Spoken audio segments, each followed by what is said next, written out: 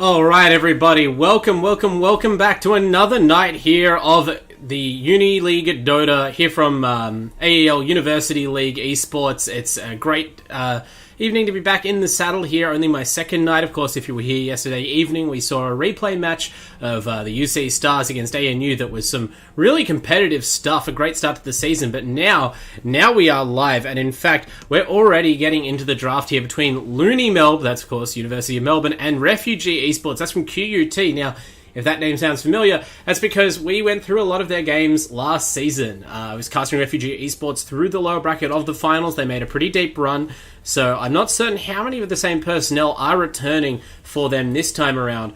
But assuming that they have a majority of the same squad, they will be a real contender. Now, University of Melbourne, obviously, a university with no shortage of brilliant students and resources available, so while I haven't cast their teams before, I'm interested to see what kind of fight they can put up in terms of Dota 2. They've got a couple of people up there with some streams to their name, it looks like, as well as some players' names who I somewhat recognise from the scene. So this is going to be an interesting first match, feeling out the skill difference potentially between these two teams and really setting the tone for not only this best of two, but for the rest of the season here in 2021. So LoonyMelb, they've set the pace for the draft. They've picked up a Void Spirit. Obviously, what more can be said about this here? If you've been following Dota throughout the current patch, one of the most dominant opening pick core heroes I can really remember. It's not often that you want to pick up your mid laner, a hero who's ostensibly your mid laner, obviously can flex, but this early in the draft, obviously getting counterpicked in the mid lane is one of the more devastating ways that your draft can get blown up. But Void Spirit is so powerful that teams feel very, very comfortable picking this hero up. And if you happen to have someone on your side who's, capable of delivering a higher tier, like above replacement Void Spirit performance, then the pick becomes even stronger.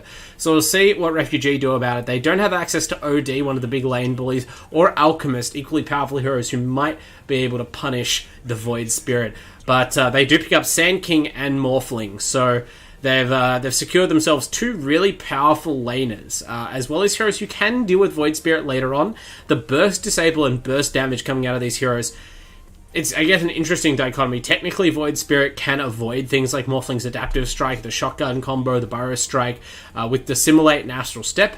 But it's tricky, right? You do not have a lot of reaction time, and if you slip up, or if you've already used those abilities to try and put damage on people, you can get punished very hardly, very immediately. So I've got a Tusk here to try and protect the Void Spirit, or even more fragile course, maybe picked later. Really versatile all-round support, preferred by all regions right now. You've got the Snowball on defense, you've got the Walrus Punch on offense, with the Blink Dagger. Both of those tools become absolutely top class, capable of disabling heroes through BKB, putting out sizable damage. Great roamer in the early game, one of the strongest heroes at level 1 as well. So, potentially could be using this Tusk to secure a relatively weak offlane. And in saying that, it does lend a bit of credence to the idea that this could be even an offlane Void Spirit, right? Even if you're happy to play your first pick Void in the mid lane, it helps if you can threaten to play it in other lanes as well. It just kind of discourages your opponent completely counter-strategizing around you, if you show your hand too early. Refugees, they have banned out the Ancient Apparition, so they're removing all the blue heroes. Puck and Wyvern also banned. But Apparition, of course, pretty powerful against Sand King, who wants to stay inside the Sandstorm, can punish his laning phase. And against the Morphling later on, getting hit by an Ice Blast is one of the few things that can really give a Morphling some trouble. It messes with what he wants to do with the Morph, shuffling your stats around while you have that anti-healing and shatter debuff on you as a recipe for disaster. So we'll just take that hero completely off the table. You don't have to worry about it anymore. You also won't have to worry about Earthshake or Undying, or now Timbersaw. So a lot of the most powerful, aggressive offlane options are being taken off the table. Now, both of these teams have secured one such hero. Tusk, a very powerful, aggressive 4 position. Sand King, goes quite well against most safe lane carries in the laning phase, depending on how the overall matchup looks. But it's not quite on the level of getting harassed out of your lane by a Timbersaw or an Undying if you're any melee carry. So it's interesting that both teams kind of have the same idea. They just want to set their safe laner up for a life of peace and prosperity. Refugee Esports have potentially already shown their safe laner in the Morphling. So, there's still room for LoonyMelb to go for a more dedicated counter. We've seen attrition-based heroes like Venomancer really kind of make their presence felt in the lane against Morphling. a burst damage oriented kill lane often struggles because Morphling obviously has such a reliable defensive ability in the morph, and then has the mobility from waveform to once you've survived the initial stun combo, just depart from the situation as needed. But if you have a hero that can kind of chisel away at Morphling's hit points over time, you actually end up completely removing Morph from the equation, because you can't be simply Morph to strength all the time in the laning phase. You have to last hit. And once you start to get low on total hit points, the effective morphing strength is a lot less meaningful. So now I've banned out the anti-mage as well. Not certain what role they would have expected that to be in, but is a carry who can come online sort of before the Morphling's really ready. Morphling is a hero where you can rush that first item shotgun, but you really do need a couple of items typically to be in full fighting shape, especially if you're trying to 1v1 the enemy carry hero. So a hero like Anti-Mage, who accelerates farm swiftly and comes online early, could have been a path that LoonyMelb pursue, but it's not the only one. They could also try and go for a hero that contends with Morphling in the late game. There's not many of them, but you can have some. Or they could opt, as I said, for a more powerful, like, just laning phase-based option, pick up a strong harassing hero like Venomancer, and then in the mid-game, especially if Morphling hasn't been having a great time, he doesn't have a ton of great base stats from items, it's fairly easy to shut him down, even just with a few silencers, and Core Silencer, in particular, can be a very potent counterpick on account of the pure damage he brings, carving through, that high agility hero's armor. So, Refugee Esports, they pick up Phoenix. This hero has been one of the most prioritized picks of the ongoing Singapore major, the Chinese teams in particular, really demonstrating the hero is still very strong, and basically how, if you place it well and your team is coordinated, there are few spells as dominant as the Supernova in terms of team fights. It's not always at the top of people's list, things like Black Hole, maybe you get more credit, but the Egg is just difficult to readily disrupt, and it naturally baits the opponent out of position, forces in particular carries in most cases to get out of position. A lot of support's not good at breaking the Egg, including the ones that LoonyMelb have picked up, because they've gone back and grabbed the Rubik. So this is very likely to be their, I suppose, their 4 position. You're likely to be sharing farm with the Tusk. Even if the Tusk's in the off lane, you would expect that that's the hero that's going to be running around the map early on with relatively few items, maybe just aiming to have a blink at some point. And Rubik is the hero who you give a free lane to, allow him to get level 6. He also wants a blink, but it's a lot more integral that Rubik get a couple of items and a couple of levels to make his impact in team fights really notable. And compared to the Rubik pick we saw out of Keith from ANU, I believe it was, last night, this pick doesn't have as many big spells, so there's no Black Hole to take. Obviously, Burrow Strike is a really good one. If you can grab Morphling's Waveform, it's quite strong. Even grabbing Morphling's Morph can be interesting because you can switch Rubik's stats heavily to Strength, usually doesn't need any agility, and then you have a surprisingly tanky Rubik. I don't know if that is enough by itself to justify grabbing the Rubik pick, but perhaps they feel that there's the right balance of late-game teamfight potential and laning strength here. He's not the dominant laner he used to be, but against a low base damage hero like Morphling in the laning phase, Fade Bolt can be, a very powerful way of kind of shutting down Morphling's farm without having to really kill him or even threaten to kill him. You just annoy him and make it very difficult for, Morphling to last hit because he has 30 base damage and no range. We've got Oracle coming out for Refugee Esports, pretty natural combo with the Morphling, one of the premier defensive supports. Obviously can bring some damage in the laning phase, but not for the first few levels, and mostly focused on keeping people alive, especially in those late game fights. I am a little bit worried for this pick. Unlike the Phoenix Egg, Oracle has no great defensive tools built in to try and preserve his life if the backline gets dived, and we've got a Tusk and a Void, so the backline is getting dived whenever possible. And if you false promise yourself or use your other spells on yourself, it can really mess up your ability to actually contribute the way you're meant to. So, something like a Void Spirit with an Aghanims or a Void Spirit with a Yules will either immediately kill this Oracle or basically drive the Oracle out of the fight, even for a very small investment. And so it's going to take a lot of skillful positioning and nerves of steel from the support players of Refugee Esports to make this pick shine. LoonyMelb, they've grabbed the Troll Warlord. Classic carry off the patch. You can build an Aghanim Scepter to try and remove a lot of harmful debuffs. In this case, I think the most prominent thing you want to remove is the Phoenix Fire Spirits. That's going to paralyze your attack speed. Troll, also a great counter to the Phoenix Egg, since if you're going to run into a dangerous position to hit the egg, you may as well do so while being literally invincible and with bonus attack speed. Even though he's a melee carry, you obviously have the range form you can switch to, particularly if you want to hit the Phoenix, or if you want to chase down a hero like Morphling or Sand King who have kind of short-range repositioning abilities. Sometimes it's all it takes to just switch from melee to range, hurl the ranged whirling axes over the top for a slow, and then run them down with those last couple of auto attacks, whereas a traditional melee carry wouldn't be able to complete those kills. And in the final bans, we've seen LoonyMelb remove Ember, Razor, and Storm, so they're convinced that Refugee Esports are going for the late game. Not without justification, given their somewhat greedy support picks and the fact that both of the cores they've shown so far scale.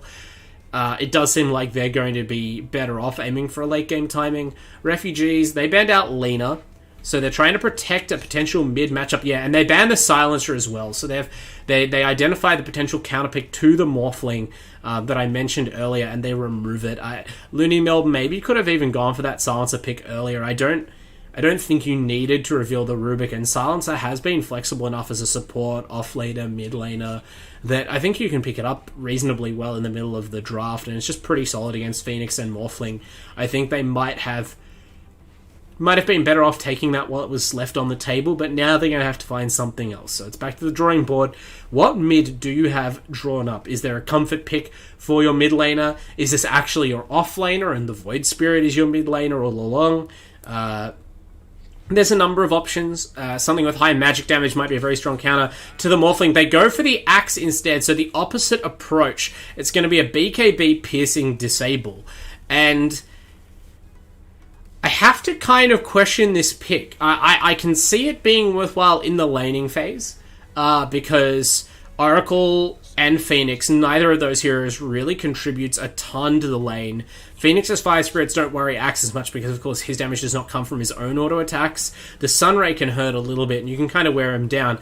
But presuming you do get the Axe versus Morphling matchup, it's going to be fairly easy for Axe to run at that hero. But okay, we see a Slark pick, so this is going to be a mid-Morphling out of Refugee Esports, or something even kookier, whereas they pick the Slark last. It's presumably a safe lane Slark going up against the Axe. I don't know if I like that matchup. I might maybe like it even less than the Morphling, because at least the Morphling is hard to pin down for a call, even in the late game. But Slark, I mean, we've seen very good Slark players against very good Axe players time and time again throughout Dota 2 history, and it's a lot to ask of Frankie on the Refugee Esports lineup to not get called at any point. I mean, you're relying on your Shadow Dance, the Slark ultimate, in many fights to keep you from being targeted and allow you to finish off your own target freely, but with an AoE disable like Blink Call, it even penetrates a potential BKB. I don't think it's purgeable. You can just blink in, call the Slark, and by the time the call finishes, the Shadow Dance is mostly over as well,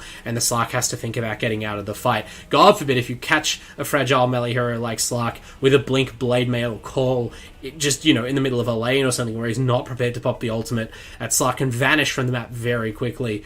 So they've drafted their carry into a relatively high-pressure situation. We'll see how this works out for the team at QUT, the Refugee Esports. LoonyMelb, I like their start, I like their draft, I like their swagger. I think I have them slightly favoured, but it remains to be seen really who will come out on top. I haven't cast LoonyMelb before. I don't know how well of a match they are for QUT.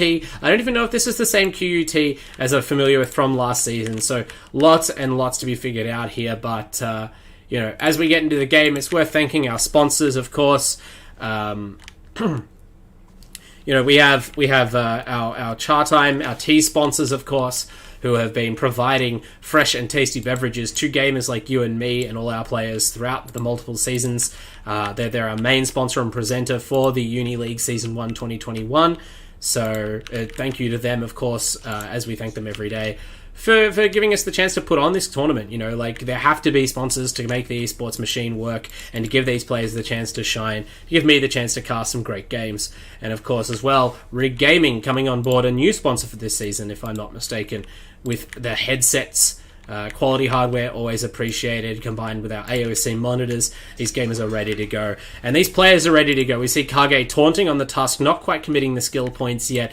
Presumably that'll be the tag team, and they do have heroes up here in force to maybe go for a level 1 first blood, but Frankie on the Slark understands that things are a little bit too risky and does not give them the opportunity, so well played there. And it looks like we are going to be seeing pretty much the expected lanes. It's going to be Rubik for position actually in the off lane. We're going to be sending Tusk to the safe lane alongside the Troll. So given that the Troll can stay in range form, this isn't as rough as it might normally be. A hero like Tusk typically does better in the off lane, where you have the freedom to play aggressively and pressure enemy laners, than he does playing the safe lane and trying to babysit a carry. But hopefully, against Sand King and Phoenix for at least the first couple of levels, you imagine that Vorkor on the Troll Warlord will be relatively safe. And after that, maybe you can set up some kills on the Sand King. You're going to need some sentry wards though, because Go High Ground, I feed, has picked up level 1 Sandstorms. That's Sand King's prominent laning tool. Not much to be done about that unless you have invisibility vision. At least the Dire don't have any sentries of their own in lane ready. I'm sure that's what the couriers are bringing out now, and maybe we'll see a little bit of a vision battle.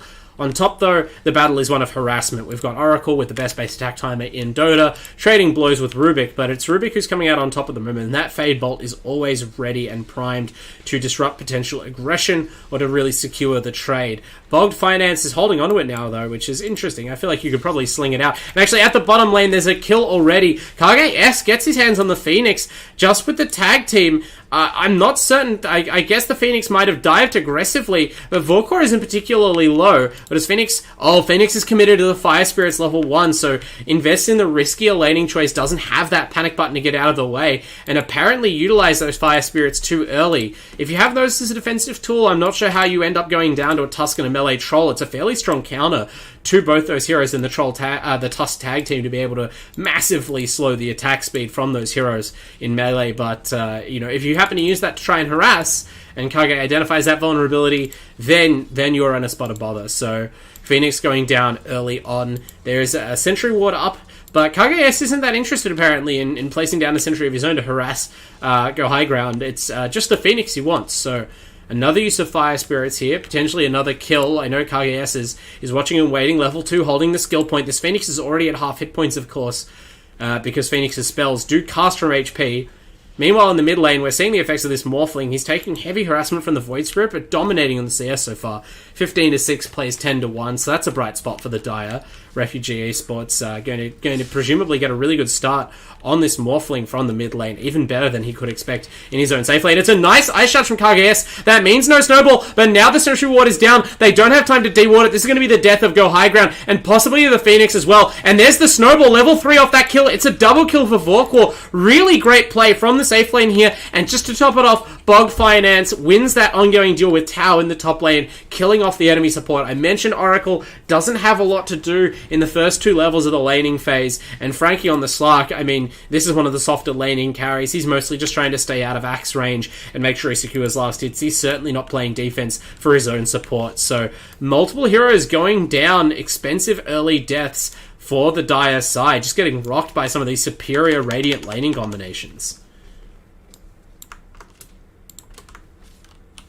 And Vorkor, it's interesting to see what he's going... Okay, he is going straight for the Battle Fury, typical Troll Warlord build, and we'll see how quickly he can pick this up. If you get this timing in sort of the first 13 minutes or so of the game, it's devastating to the opposition. Right now, I don't imagine that this Slark, or even this Morphling, depending on what items he goes for, will be able to match the Troll's farming speed once the Battle Fury comes out. And then that kind of puts... QUT on a clock that I'm not certain they were sort of expecting to be on, right? They've picked these late game heroes, and they banned out the anti-mage, so they were aware that there was a potential for them to get overrun in the mid-game by a faster farming carry.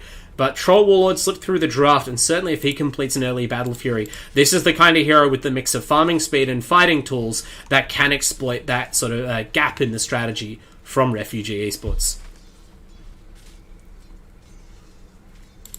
This Phoenix is only level 2 is a bit of a concern as well. Obviously, I was talking about the team fighting strength of the Supernova as one of the main reasons that you might want to pick this hero up in the current patch. I mean, you need to get to level 6 for that to happen, so that looks like being off the table for a while now. Speaking of off the table for a while, Frankie really can't afford to go down here. Good job by Frankie. Nerves of Steel, I mentioned, would be required, and he holds that pounce for a long time until the path is clear to use it as an escape. He hops out of the way of the axe, but he takes heavy damage, and speaking of heavy damage, his compatriots on the bottom lane going down again, go high ground, just gets killed off, and we're at the point in the lane where I wonder whether maybe one or both of these dire heroes are better off rotating. You know, Sand King and Phoenix can both jungle effectively with the skills they've already picked up, but if you come back to lane, it's very easy for this Tusk to just keep sitting there in the bottom lane, firing off the snowball and the shards whenever he's ready, and picking up those kills. You know where the Sand King is thanks to the Sandstorm basically at all times, and a Sentry Ward per kill is a pretty cheap price to pay,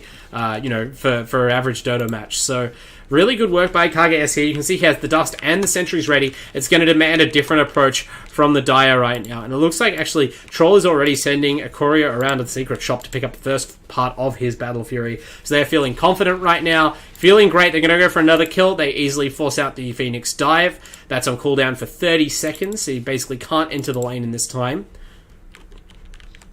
Meanwhile, at top lane, Slark has been farming okay for most of this game, but he's even with Duckflinger on the axe, and it's going to get harder to stay even. Duckflinger sneaks through the tree line there, gets off a good call, not really being rewarded with any spins. That's the RNG function of axe there, but, just kind of putting the Slark on notice that this is not going to be a free lane for you, and as long as the Dire want to keep these laning configurations, I think we're only going to see this league grow for the Radiant. It's already 2,000 gold in their favour at just 6 minutes. Even without any towers or other notable objectives being claimed, it's just these couple of kills at bottom lane and just the overall pressure they've been able to exert in terms of farm.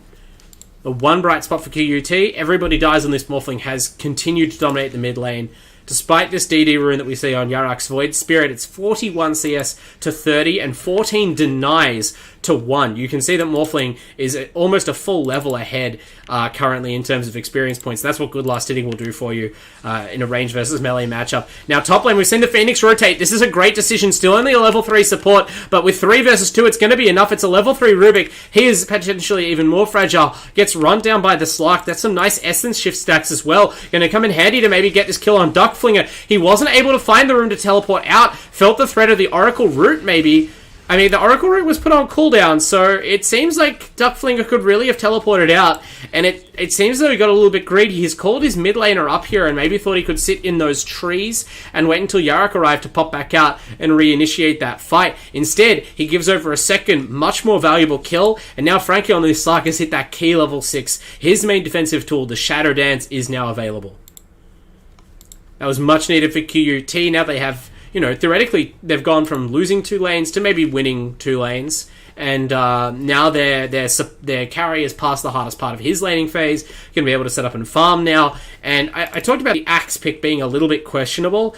Can't really fault Duckflinger's play apart from the decision to stick around in those trees there instead of maybe getting a quick TP off. But now I wonder how effective the axe can really be, because look at how vulnerable this hero is to sustain magic damage and the constant harassment. We've got a Slark, he lands the pounce, he's absolutely fearless. Axe has no ultimate. Even with the ultimate, it seemed very unlikely he'd get that kill, and Duckflinger just dies immediately a second time. This is already a very dangerous spot for your offlaner to be in. He can't get his level 6, he can't get a second item, he's just got Tranquil Boots, still only halfway to his blink. The enemy are farming up their supports and carry off killing him.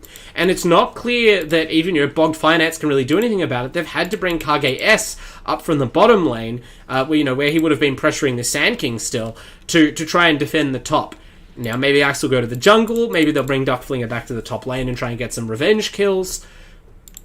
But I would like to see him go to the jungle, and yeah, KGS here, he's going to be stacking up these Ancients, really good support play from the Tusk, making sure his Axe has something in the farm, and I think it will be the Axe. Taking those extra resources off the map. They need to boost him to his Blink Dagger immediately. They need to identify, these 2 deaths aren't a fluke. This is a real weak spot in the game for Duckflinger, and you committed to this Axe pick kind of knowing that, right? Kind of knowing that your team fight would not stand up to mass response from the enemy team. Axe against Phoenix is a bad matchup. Axe against Oracle is a pretty bad matchup. Axe against Morphling isn't a great matchup. You need to be helping this hero out and keeping him ahead, not gambling his game on these dicey team fights, in the immediate post-laning phase. Yarak, speaking of, by the way, moving up here on the Void Spirit, hasn't been able to get a lot done in mid in terms of farm, and so now he's trying to make rotations, but that just doesn't pay off. Astral steps in and just, forces out the Icarus dive from Phoenix, but that's only the prelude to a kill. But this is actually a kill. Vorkor didn't even need to pop the dust there, but making sure just finds Go High Ground on the Sand King and punishes him. So at least we can see that the Tusk rotation isn't hurting his speed of farm and his ability to control the bottom lane,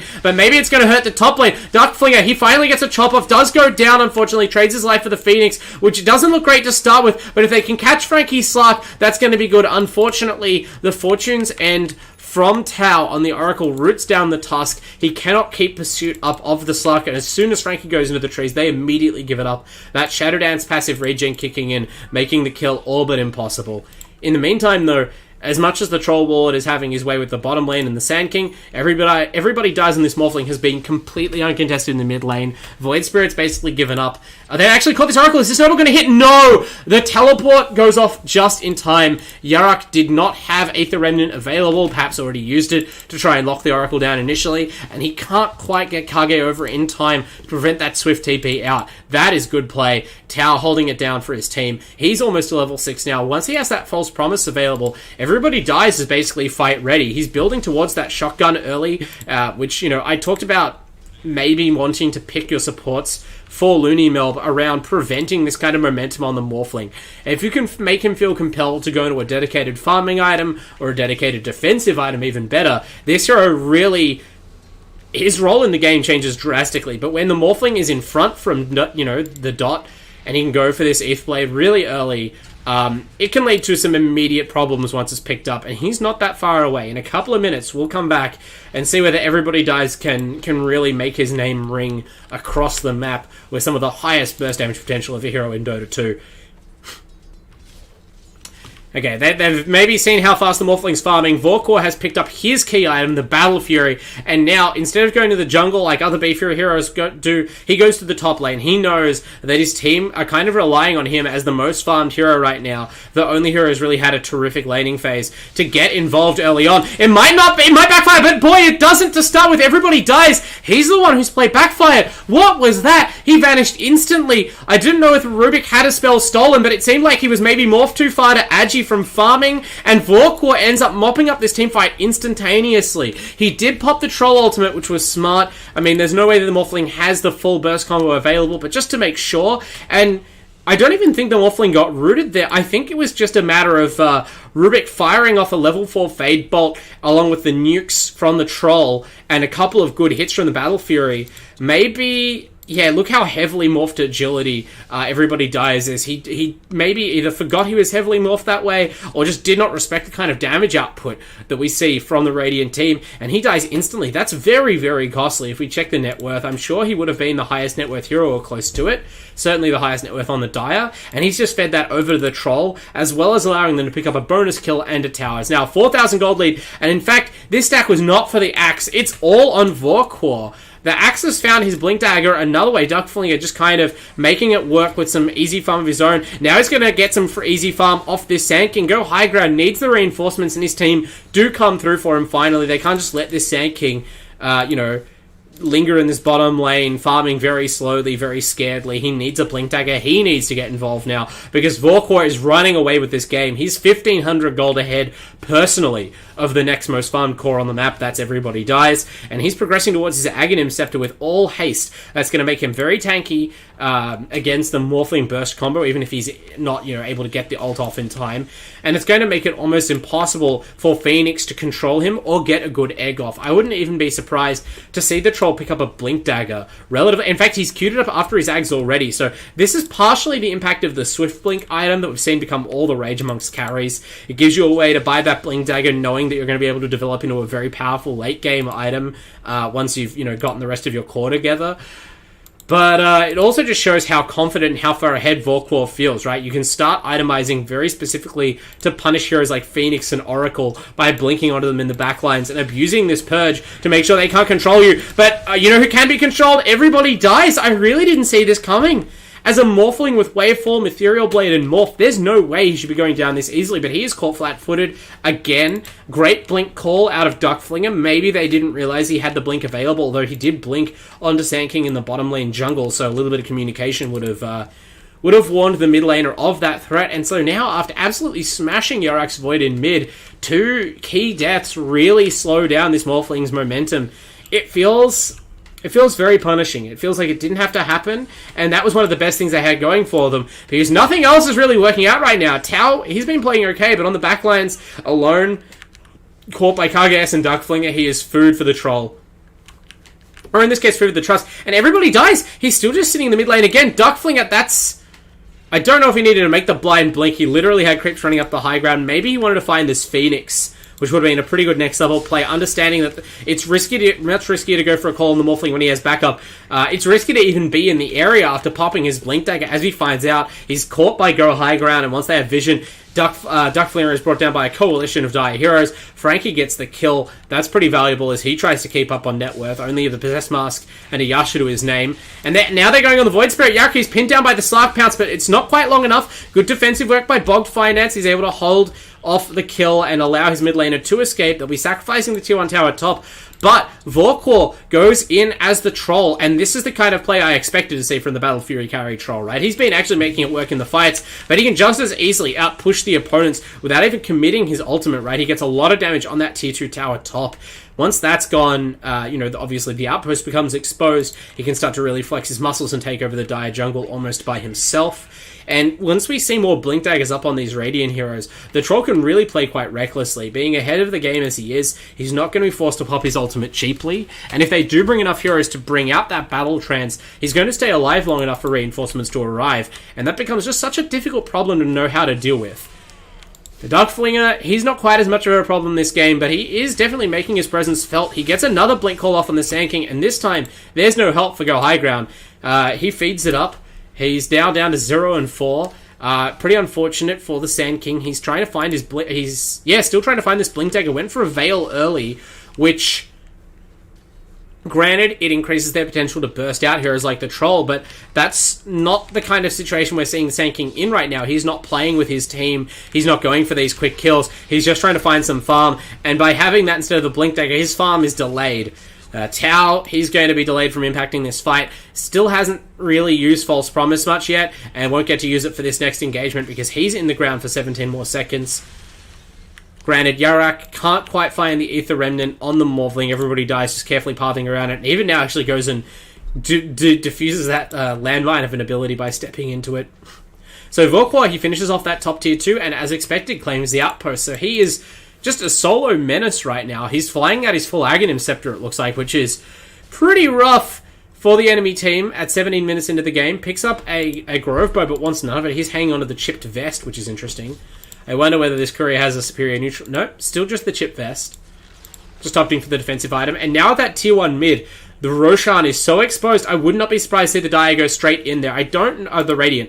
I don't know how many of these Dire heroes have been scouted at the bottom lane, but whether or not the refugees know it, whether or not LoonyMelb know it, they are currently in an ideal position to take Roshan. There's almost no Dire vision, at least on the paths that they were walking, and there's definitely no Dire heroes. As soon as any of these step into vision of the Radiant, they are going to become aware of the opportunity that's on their hands. But right now, they're hungry for hero kills, not Roshan kills. They're trying to scout at everybody dies with a smoke, but he's farming in, just that fringe of trees to the side of mid lane, near the easy camp. He's able to identify what's going on. He fires off the adaptive strike, still no shotgun ready. That's a consequence of those early deaths. You would expect that after his start, he would easily have it by 18 minutes, but instead, he's going to rely on the 1-2 follow-up, and his team come through. Yarak just a little bit out of position on this Void Spirit, obviously his hero was first picked, so you would understand that they're ready to counter it, but he maybe needs to work on his positioning a little bit, feeling like he's not quite the pillar of his team they might hope he is right now in this game.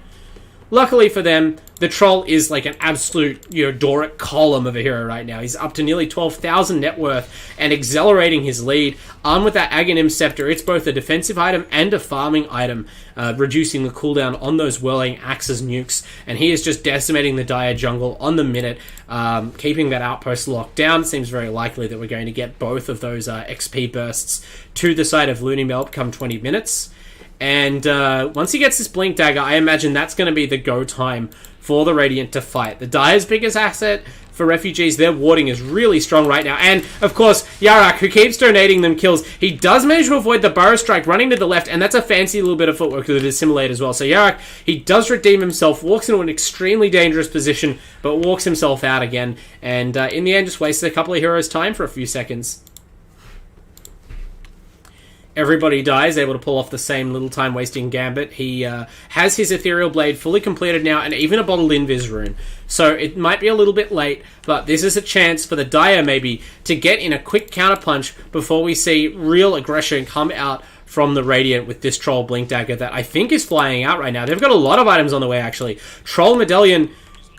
Tusk Medallion. Troll's going for a Mithril Hammer. Axe is completing a Blade Mail, so maybe not the Troll Blink just yet. They feel confident they can keep finding these kills. And I mean, everybody dies is proving them right. He walks into the lineup. Now, granted, Frankie is able to find some of these couriers. There's actually a courier logjam. The Slark's trying to catch up to them. He's already got one. Troll's courier and Tusk courier, they maneuver them around the enemy carry. Maybe Sand King can catch them. He hastes after them, but even with the haste rune, he blinks.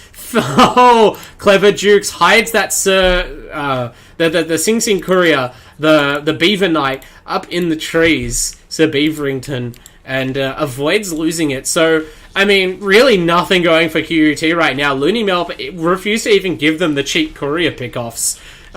Carefully maneuvering those units around, and in the meantime, taking the Dire tier 2. So now we're in this interesting position where QUT, they've completely taken over the Radiant jungle. They've invested heavily in wards and sentries. 5 different sentries in this bottom half of the map. 6 if you count this one in mid. 2 different obs, a third that just expired.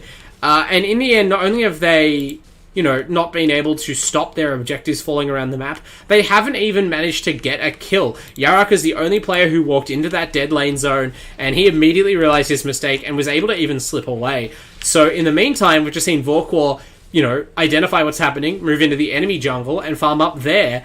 And, to add insult to injury, it's the Dire cores who've been actually caught out trying to farm where they shouldn't be. So I mentioned how open Roshan was. There's nowhere for the Dire to teleport anywhere near this. They don't even have a tier 2, at top lane to move to. They don't even have their own outpost. And so it looks like it's going to be pretty easy for LoonyMelb to secure the first Aegis of the game. It's being pinged out. I'm sure they understand what's happening. They scan it now, so they do confirm. But, even if you had the ability to get your team there quick enough, could you win the fight? It's not certain with how farmed this Troll is.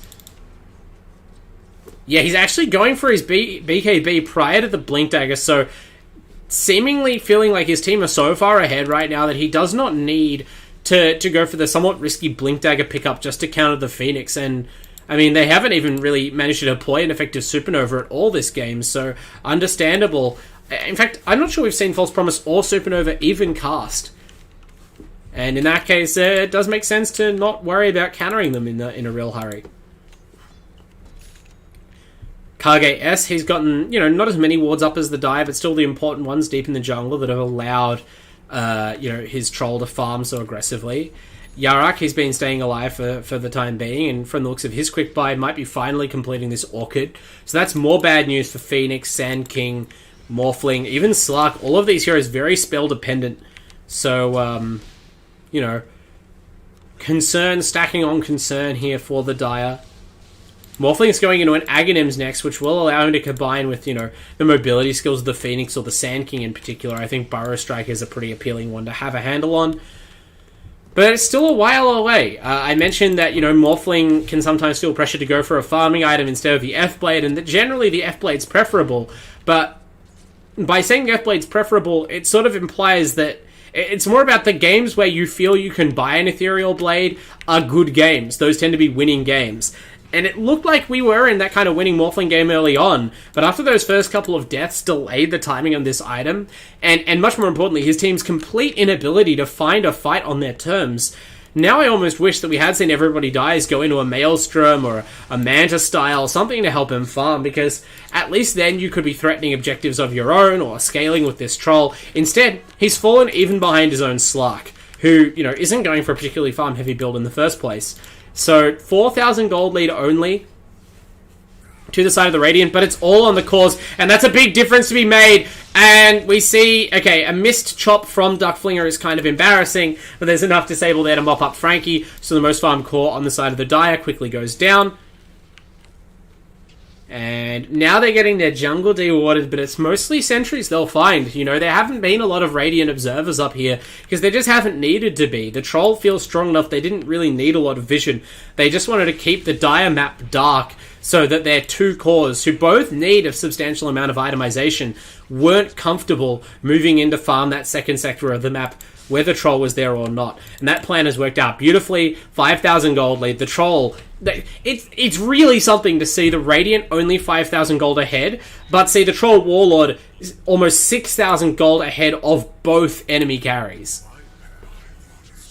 That is a significant emphasis on the troll. And normally, at some point, I'd start to question having all your eggs in one basket, but Vorkor has proven a very trustworthy basket holder this game, really doing everything right. He's completed the BKB now, still holding that Aegis, which makes me feel like they might just run high ground now.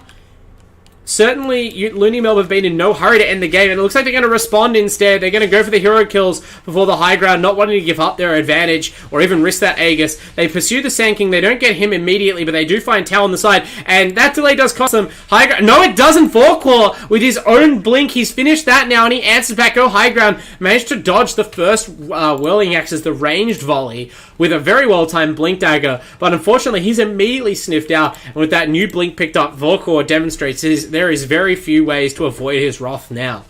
Magic immune on Q, cleaving through your creep waves to outpush you and outfarm you, able to dispel any sort of debuff placed on him. Far too tanky to realistically be brought down by Everybody Dies, and just an all-round menace. Very, very, very strong play by LoonyMelb in this game one. I'm a bit worried for QUT. I mean, you always have the opportunity to go back to the drawing board, and this first game is not even over. It is very difficult to lose a match of Dota, like mathematically on paper. But you have to factor in morale, you have to factor in what the match result is telling you about the team's level of comfort and their creativity. And what I'm seeing from QUT is this game was not always this bad. Even when they fell behind at the start, they were only slightly behind. They were ahead on some heroes. But what's happened is they've kind of been paralyzed strategically, whether it's because those deaths on the Morphling upset their apple cart, or whether there's just a lack of clear coordination or captaincy from this team. They haven't been making decisive moves. And when you just sit back and farm against a skillful team who do have that decisiveness and who have a better farming start than you thanks to this troll Battle Fury, it's one of the easiest ways to lose a game of Dota, and one of the saddest. Because, we haven't really seen much of a fight put up, and now they're a lane of racks down, or at least a melee racks down.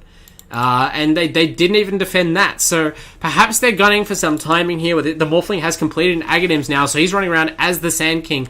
Maybe this is what they were waiting for. With two different Burrow Strikes, their control for the Troll and the Void Spirit is very sizable. They can bail each other out. Everybody Dies is going to be hyper mobile. But I'm still not sure it's enough, to be honest. It doesn't matter how many Burrow Strikes you have against a 10-second BKB. The Sand King morph doesn't meaningfully add to the Morphling's damage output, and Vorkor is going to put him to the test in terms of, mano-a-mano fighting at some point in this game. It's just becoming increasingly difficult to imagine a spot where the Morphling takes over that battle. It's already something that favors Troll. Normally you rely on kiting and a bit of a strategic flexibility advantage for the Morphling, but the item lead that Vorkor has is so massive that just doesn't exist in this game. Now he's going to go into the Basher and then shortly afterwards into the Abyssal, and just more and more tools to secure kills, punish positioning, shut down the options of the Dire to play against him. Everybody dies, risking getting shut down here. Kage S can't quite find him in the night with those ice shards and a super long-range burrow strike. Of course, the Aghanim Scepter means that it's not just a stolen burrow, it's a stolen Ag's burrow. So the super long-range burrow gets the Morphling out of dodge there. But I mean, if all this is going to do is enable you to play a split push game, I don't think it's going to be enough. LoonyMelb, they have shown strategic decisiveness. Their team is moving around, not even just as a group, but individually, securing key vision, making sure they control as much of the map as possible, whereas we've seen a lot, just less efficient play overall from QUT. And, that means that if you try and play this split push game, you're not going to come out on top unless you step it up. Tau could be sent to the moon by this Tusk at any second, but Kage S, again, such discipline from LoonyMelb. I'm really impressed here. They decide not to go up the high ground. Granted, probably could have bursted that kill down, but there's no essential need to go for any sort of risky play right now. They are so far ahead. They chase this Morphling back out of his own jungle with just a 3 and a 4 position. 3 and a 5 position even.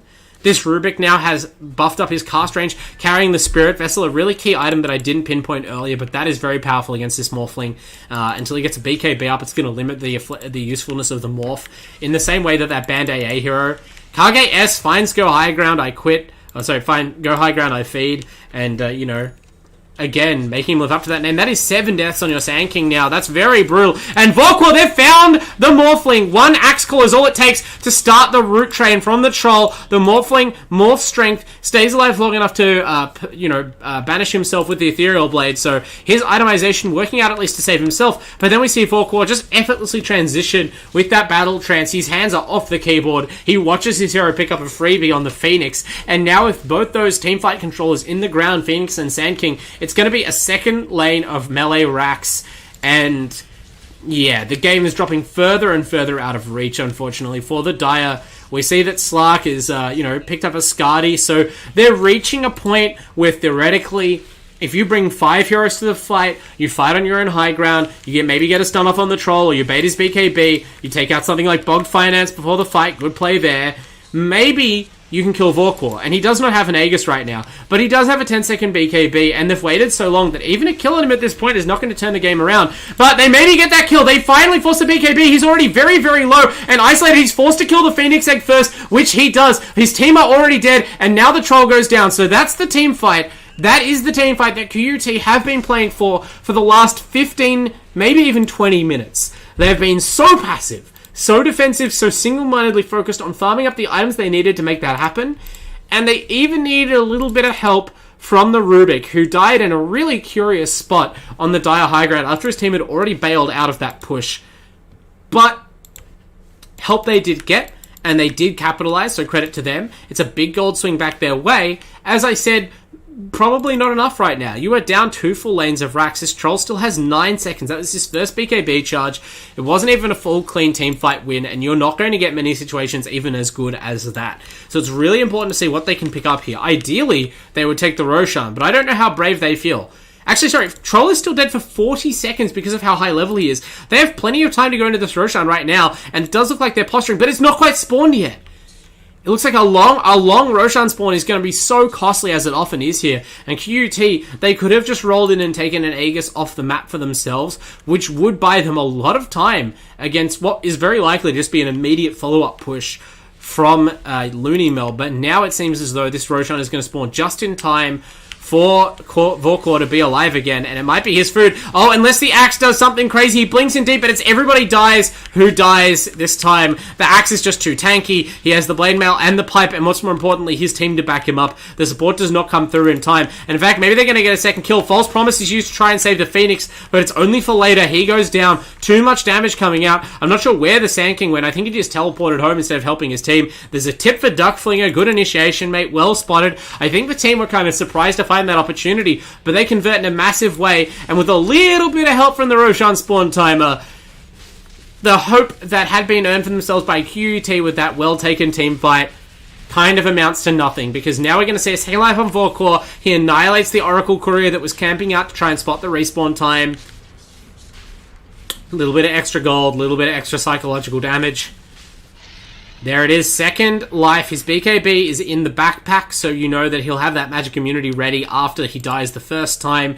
He's going to come back up, immediately magic immune, probably with a Battle Trance ready and a Blink Dagger.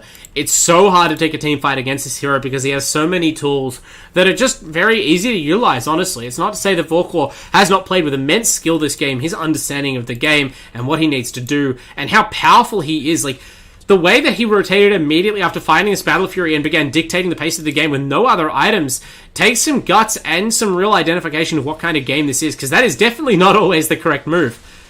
But now he's at the point of the game where he is coasting. He picks up an Invisor in here, effortlessly shrugs off some aggression from the Slark and the Oracle. They drop back into their base. They've lost their Sand King again. I didn't even shout that out. Sorry, Kage S. Just finding high ground or feed. He is going to need to tighten up his positioning, although I recognize it's hard to stay alive when your team is this much pressured and has lost this much control of the map. Making space for Frankie on the Slark, as well as everybody dies on this Morphling, but neither of them have progressed to another item. They're forced to hold their buybacks, which I think are available at least.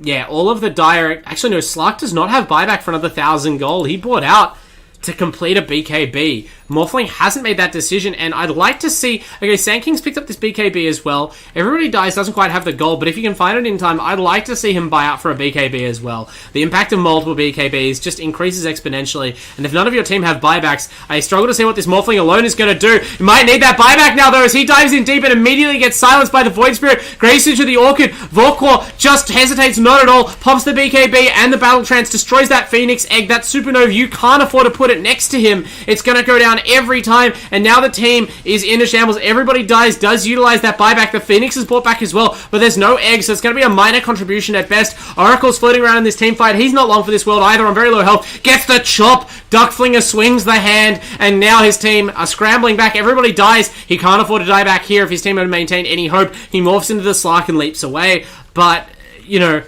there's nowhere to run anymore. You've just run back into the back end of your base, and as you heal up in your fountain, you lose a third lane of racks. It's going to be mega creeps going down. GG hasn't been called yet, but, you know, it's all over bar the shouting at this point. This has been a decisive victory by LoonyMelb in Game 1. We see Frankie is just chilling in the trees at the side of the map, waiting for his Sand King to respawn. They're going to fight it out, as befits, you know, such an accomplished team. But, you know, this has not been a kind of fluky victory. It's not the kind of game where you feel like, with one strong team fight at the end, maybe they could have turned it. Like, I just expect this crushing to continue.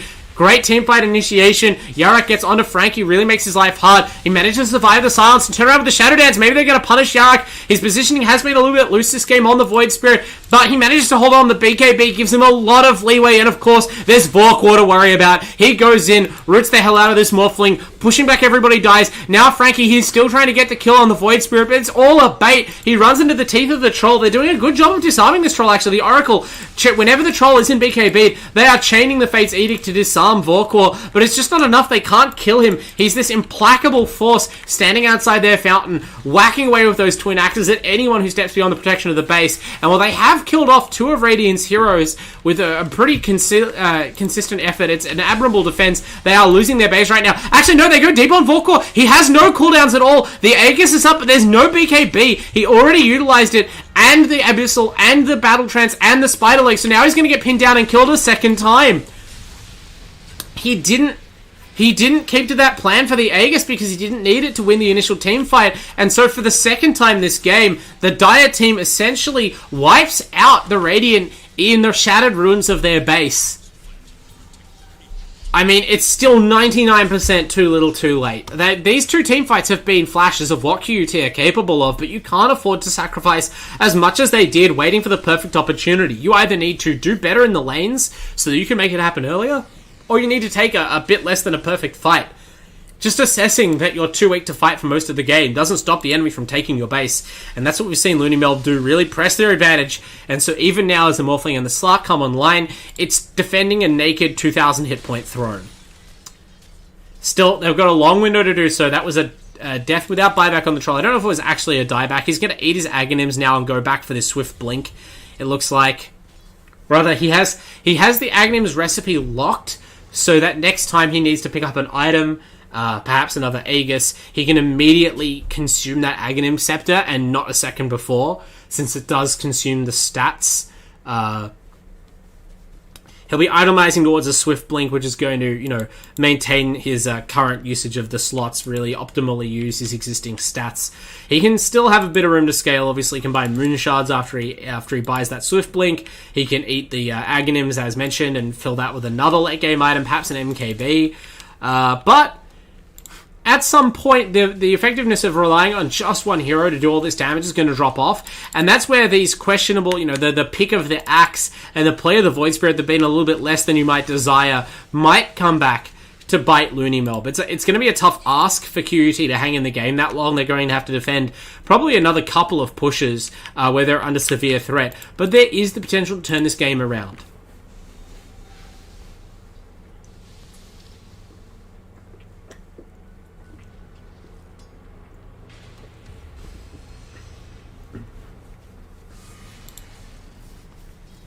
As a lull in the action, we can see just how much pressure the Mega Creeps alone are putting onto this Dire Ancient. It's regenerated up to 3/4 hit points, but now the Radiant are coming back to finish the job. Kage opens proceedings with a Warrior's Punch. It's on Frankie's Slark, mostly just a scouting punch it looked like. And the Troll, he is not distracted. BKB, straight for the throne. He's identified this. There's no glyph available for the Dire. They get a good Burrow Strike off though. They're going to punish him. Volkor goes down. He doesn't have a buyback, but they managed to get the job done without him. There's too many heroes on the throne. Too much damage was done in the Battle Trance BKB, and so Volkor, what a perfect way to encapsulate his game. He knows what must be done at the end, even though he's been the dominant hero-killing all-star all game.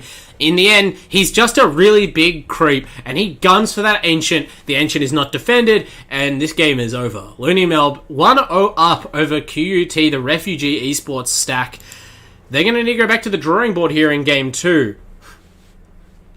However, first we're going to go to a short 5-minute break, then we'll be back with more action from the 2021 Australian Esports University League. Don't go anywhere, because after that first game, I'm excited to see how QUT respond to some excellent LoonyMelb play.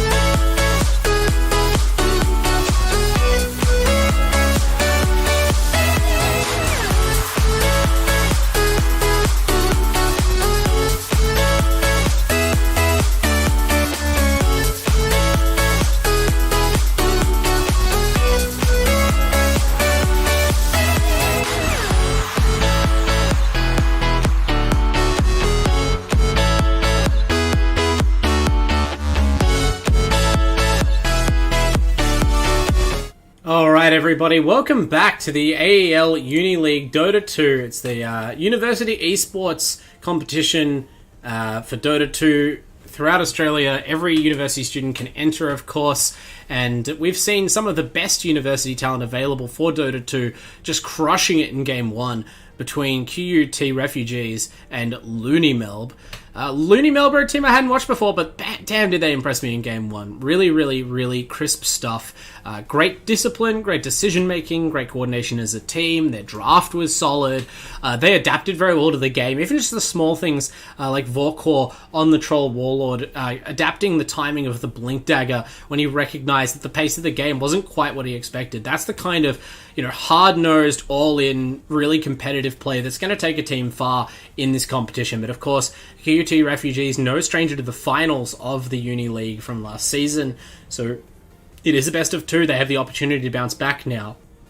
And it seems like, actually, they were playing with a sub in Game 1. So Elite and Co will have the opportunity now to step things up. We're just actually waiting now to see if they can bring in their main roster players, coordinating the admins and their opponents right now to make that happen. So, in the meantime, I'd just like to thank, of course, our sponsors.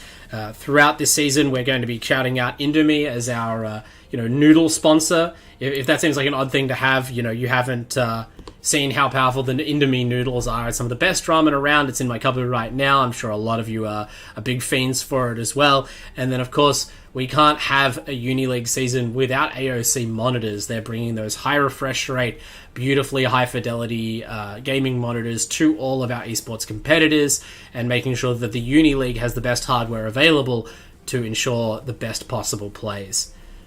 So as I said, you can see we're in the draft right now. We're in the lobby screen waiting to set up the draft.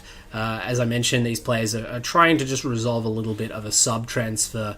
But I did want to shout out some players on Refugees. In particular, it was Tao who really impressed me in Game 1. Obviously didn't get to see too much from him because the team fights just did not go their way from the outset. And a hero like Oracle can only really look as good as your team is doing. But I wouldn't mind seeing them pick up the Oracle again this game, and whether they need to change their lanes around or pick a less vulnerable pair of carries to try and make sure that they get some team fights on their own terms, then I think we might see them really shine. There were a few bright spots throughout the game for Refugee Esports. They took those two great team fights at the end of the game. It's just a matter of whether or not you can take those team fights a little bit earlier and maybe fight and win over some more meaningful objectives instead of after the game is basically already decided. So the Dire are still having some trouble getting into the match. We might cut back to another quick break, just a couple of minutes so you're not watching the lobby screen, but rest assured we will go live as soon as there's a draft with more of the action from the Australian Esports University League Season 1.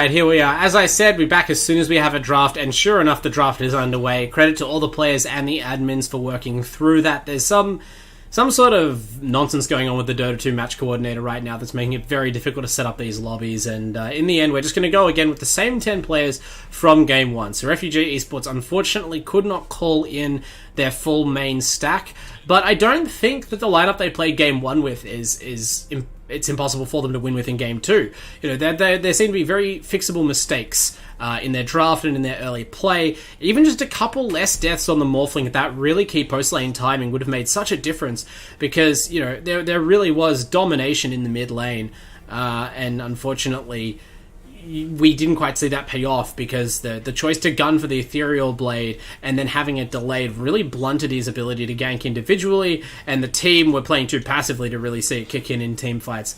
But this is a new game, a new draft, a blank slate. LoonyMelb, they ban the same first two bans as last time, but they go back for the puck to open this draft. Refugees, they ban out the Wyvern as in Game 1, but this time also the Troll. They're going to make Vorkor play something different, and I would too. That was a very assured performance. They also grab up the Tusk, so they're going to deny pick Kage S's hero from Game 1, which was also very well played. That Tusk Troll safe lane duo, despite my initial doubts, really tore it up. Really crushed really crushed Go High Ground on the Sand King. And you know, from there they never looked back, right? I didn't see a really clear challenge to Vorkor throughout the entire first game, so maybe they feel as though the Troll hero had more of a factor in that outcome than I really expected. I feel like Vorkor, given that performance, could probably put on the same kind of show with any popular carry, but you know, it's always good to make them show you their hero pool and see if they can actually play something else. And LoonyMelb, they're going to hold off on their carry pick because they want to first secure the Clockwork. So now they have a very powerful pair of initiators and counter-initiators, in particular to punish the Tusk. Of course, Clockwork, normally you think of, oh, just hook shot in, isolate one hero, particularly if I can find a backline or any sort of squishy hero without a mobility spell to get off between the battery assault ticks. But against the Tusk, you can even punish the Snowball quite effectively. Hookshot is an AoE stun, and it is possible to grasp, you know, any number of heroes within the cogs if they're, for instance, already bunched up from a Snowball. So Tusk, whoever plays the Tusk, it might be Tau, based on last game's assignment of defensive heroes, you know, or it could be the Phoenix player. But whoever it is going to have to be very careful about how they utilize that ability and maybe not take their team along for the ride when it's not entirely necessary.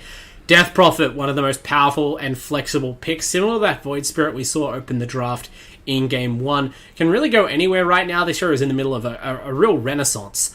You know, gone from being a sometimes pick in the mid lane, the kind of hero you really have to build your whole draft around, optimize your whole strategy around this timing push with the Exorcism because she doesn't scale as well. Now that Ice Frog has buffed up her movement speed to make her, you know, suddenly more viable in other lanes, it's just been open slather. People playing Death Prophet 5, Death Prophet 3, Death Prophet 4 position. You know, there's been the occasional Death Prophet safe lane. And now that hero has opened up in terms of its options, and you just have this Exorcism and the powerful silence as just useful things the support can bring, it means you can grab the hero way earlier in the draft, and it can still be a potent mid laner if the enemy doesn't respect that option. It's this real trend. It's been interesting to see from so long where teams would just try and mostly pick up their support duos in the opening phase, or maybe a support and an offlaner. Now we're seeing a lot of mid picks that can really be flexed out or have strong enough lanes against any opposition, that they can be the early pick, and you can save a devastating support counter for later in the draft. That's why we're seeing heroes like AA get banned out, because you can wait and just float that pick until it's needed. But Refugee Esports, they do not want to see the hero shutting them down. This time it's the Death Prophet who looks vulnerable to the Ice Blast's healing cancel, and so we remove it from play. Slark banned out by a LoonyMelb. It's not that Frankie had tremendous impact in Game 1, but again, make him play something different. And it wasn't a bad Slark performance. It was more that in conjunction with the Morphling, I feel like the two carries that Refugee Esports went for in the end had two similar weaknesses. You don't really want heroes who have the same kind of farm dependency, the same timings, the same sort of reliance on mobility spells in fights. It just makes it too easy to pick around for the enemy. So I guess in this case they're going to be discouraged from making that mistake, because Slark is off the table, as is Ursa Warrior. So one of the strongest carries of the patch, hands down. Just deleted. This opens up a range of good offlane picks for LoonyMelb that would otherwise, be potentially countered by the Fury swipes. And if we continue to see heroes like Monkey King get banned out of the pool next, then that something like a Tide Hunter, like an Underlord, even like an Axe of their own is coming, or another Axe of their own, I should say. Duck Flinger played a solid Axe game 1. I'm not going to say that I was like so impressed that I understand needing to go for the Axe, but it worked out, right? Like, I might think it's a difficult game to play Axe. I might think that there's better things to rely on than just, I'll hit the calls. But if you hit the calls, it's really hard to specifically argue against. And Duck Flinger mostly hit him in game 1. So, assuming that this Clockwork and Puck are not the offlaners, strong potential for that kind of really attrition-based static offlane hero. Even an Underlord, actually, another very potent punishment for the Tusk. Not bad against Death Prophet either. Could be the go here for LoonyMelb if they're willing to play Clockwork as a 4 or 5. And they do remove the Monkey King. It goes hand in hand with the Ursa ban. It's just the carries Slark, Ursa, and Monkey King all possess a passive that rewards them for repeatedly right-clicking the enemy offlaner. And it means that offlaners who kind of rely on being too bulky to be traded with effectively, or to be all in on, they get forced out of the lane too easily by these heroes that you want to be able to get in Entangle, fire off spells like Anchor Smash and Rain of Fire with impunity. And now, having committed a full middle banding phase to removing those cores, LoonyMelb can afford to. What will Refugee Esports go for now? Do they get pressured into picking up their carry in the middle of the draft, seeing all these safe laners get removed? They themselves have already banned out. They just keep banning carries. So Troll, Lycan, Weaver, OD, Alchemist, Slark, Ursa, Monkey. That's a significant portion, maybe half, or even more than half of the current preferred one position picks have been removed before either team has seemingly acquired their safe laner. Going to be an interesting race to grab some of the few remaining picks in the back end of the draft, and we could even see these middle picks, if they're not spent on carries, aimed to counter the remaining valuable cores. We see Juggernaut still in the pool. We see Phantom Assassin still in the pool. Both of these heroes have looked very strong. Chaos Knight is an option depending on how teams like to play, but they both just resolutely pick supports. Oracle and now Rubik. LoonyMelb, they're determined to put this hero to use in game 2. Granted, they have a better front line to stand in the way of the Rubik. Snowball is good to steal. Other than that, though, I'm not really sure what you're looking for here. Maybe you can take the Exorcism.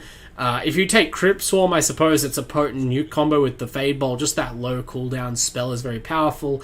But it's mostly, I think, just Rubik is a comfort hero for a lot of these support players, and you can always find something to do with it if you're having a good game. So, actually, it was Bogged Finance on the Rubik in game 1, I'm sorry. It was LoonyMelb playing it. They've just switched sides. So, while his performance wasn't standout, there's only so many players who can star in a given game. Certainly satisfied enough by his play to not flame this pick in game 2. So now, do Refugees pull the trigger on their core? Assuming that this is their 3, 4, and 5, I'm not certain of the positioning, but I suspect this is likely the mid and the carry left to pick. They probably should go ahead and take their safe laner now. I don't know how much benefit there is in continuing to play chicken. Depends how confident your carry is or what their hero pool is like. But like I said, a lot of the viable options are already gone. And they grab the Dragon Knight, which at least looks flexible. The Death Prophet could be mid or off lane, Dragon Knight could be mid or safe lane, or even off lane itself. So they're trying to make it hard for LoonyMelb. That being said, this lineup's really static right now, really defensively minded. It looks like they're all in on just pushing down towers as a group. So LoonyMelb, they could go for something like a Bloodseeker that punishes high hit point heroes. And farms quickly, comes online early on. That would fit the sort of timing of the team they've picked up so far. Or, if they feel confident in their ability to defend their high ground, they could just go for a mobile option. All of the spirits are still in the pool. This looks like a pretty sound Ember Spirit kind of game if you are vigilant about avoiding the DP silence. And, whichever, if you play one of those farming carries, maybe an Arc Warden as well, you're going to have plenty of room on the map to scale up. The Alchemist is banned out, but all of these other, gold-hungry cores look like they have the kind of game they can capitalize on. Especially with the Puck and the Clockwork, I really appreciate how these kinds of less greedy core picks do set you up to grab whatever you like in the late game, because you've just got that baseline level of team fight and map control provided already for your team. No questions asked, no special requirements. Whereas the Refugees, they kind of have to pick this Dragon Knight to go alongside the Death Prophet because they need more frontline. You can't allow the Death Prophet to be the sole focus, even with the Oracle there to back her up. And LoonyMelb, they go for the PA, so kind of splitting the difference. This is a hero with a very powerful late game. I don't know if a fully farmed PA beats out a fully farmed Dragon Knight, but it is way easier to get online as a fully farmed PA. Your Dragon Knight is always...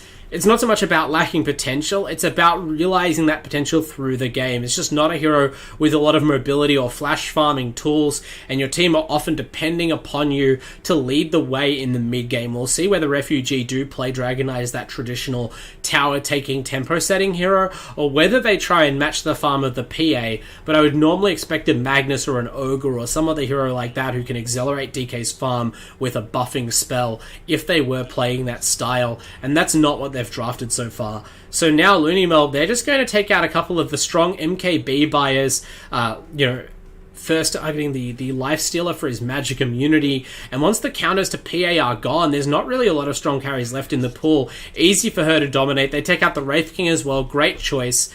That would have been just too many tanky boys on the side of the Refugee Esports team, and in particular, Wraith King is really powerful against PA because it's such a counter to her burst damage.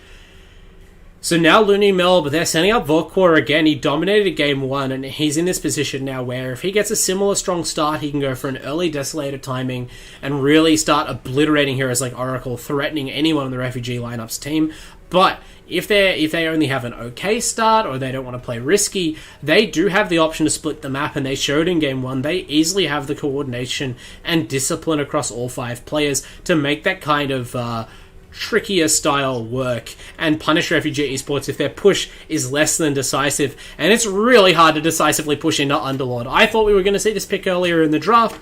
LoonyMelb, they wait until the end, and now with the DK already picked up, this is looking like an even better Underlord game. He may not always be a melee hero, but Dragon Knight often is turning into a dragon. He's certainly not bursting anything, right? He has to stand and deliver, and stand and deliver heroes are the kind that Underlord loves to prey upon. The Pit of Malice going to be doing massive work here, especially when you combine it with the Clockwork and the Puck. They both have the option to hold a hero in place forever with this Pit. But wow, what a last pick for Refugee Esports to bust out. I didn't mention it, but this has been the other real thriving pick of the Singapore Major. I'm assuming this is a carry IO. And this could easily be support DP and support Oracle or Tusk, Dragon Knight mid lane, safe lane IO. Safe lane IO, if you get this strength items stacked up, an early Halberd can really shut down the Phantom Assassin, and once you have the Heart online, you can easily coast with this hero in teamfights and let the easy damage of the Spirit stack up. I'm not always a fan of just going for raw tankiness, like across your whole draft as your main strength, but I'm kind of sold. If the lanes go well for Refugee Esports here, I favour their draft over LoonyMelb's more balanced pickups. We'll see whether they can execute. It's going to be the mid lane... Okay, it's going to be the mid lane IO, it looks like, actually, potentially. Just based on the player assignments, and the off lane DK. Granted, it could as easily be a safe lane IO, just based on who's comfortable with it. It is the kind of pick you need to practice. Regardless, we're going to see Go High Ground on the DK. We're going to be seeing Frankie on the DP. And it's going to be Oracle and Tusk supports. So really exciting game coming up as we wait for the coordinator to load in. Of course, we want to shout out as we switch to our game view. We're going to want to shout out our sponsors again.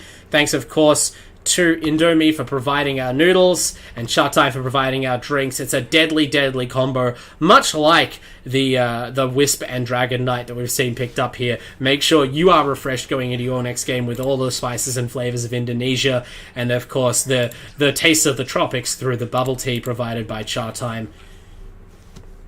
As we head into game 2 here of our best of 2, it's really hard to split these teams because LoonyMelb, they proved that they're potentially the stronger team in game 1, but this is the kind of draft that can effectively blunt a team's skill.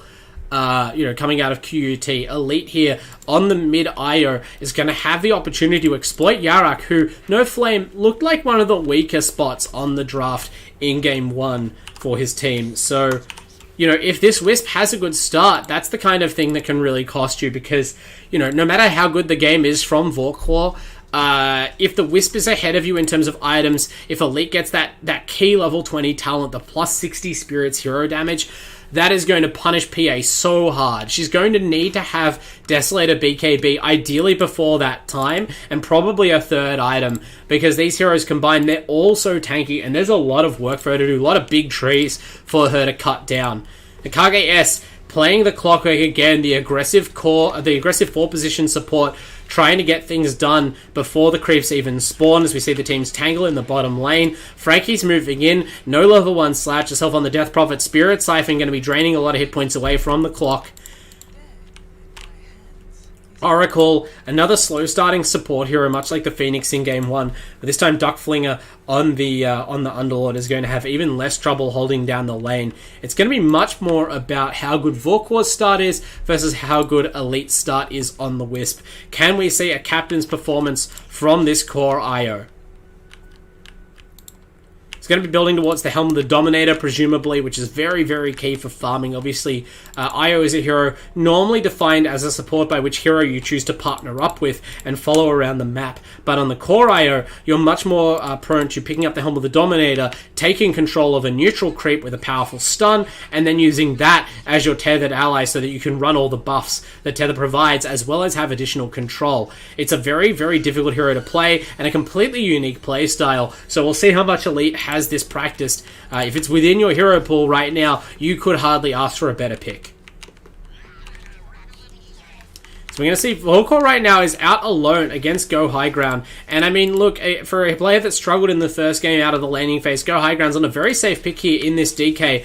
It's normally the kind of hero that with levels up in Dragon Blood is almost impossible to kill, but Kage S brings enough control that an isolated Dragon Knight could go down, and he doesn't even have that defensive passive skill yet, opting for the level 1 Breathe Fire to secure range creep. So forced to bring in the Tusk there, and Tau does arrive in time to help secure that. And we're going to be seeing, actually, I said it's the least common of the DPs, but the safe lane Death Prophet on Frankie going to be hitting the creeps in the safe lane, and that's a really nice lane matchup to take against this Underlord. Spirit Siphon, you can chase the Underlord all the way down the lane, so despite those bans that were committed to protect Duckflinger's pick, still ends up with a kind of a tough matchup here, and going to be relying on his support, the Rubik of Bogged Finance, to prevent those situations from going too far south. Going to need a very quick telekinesis, throw the DP back, break the tether range of the Soul Siphon, and prevent the trades from driving the Underlord out of the lane too soon.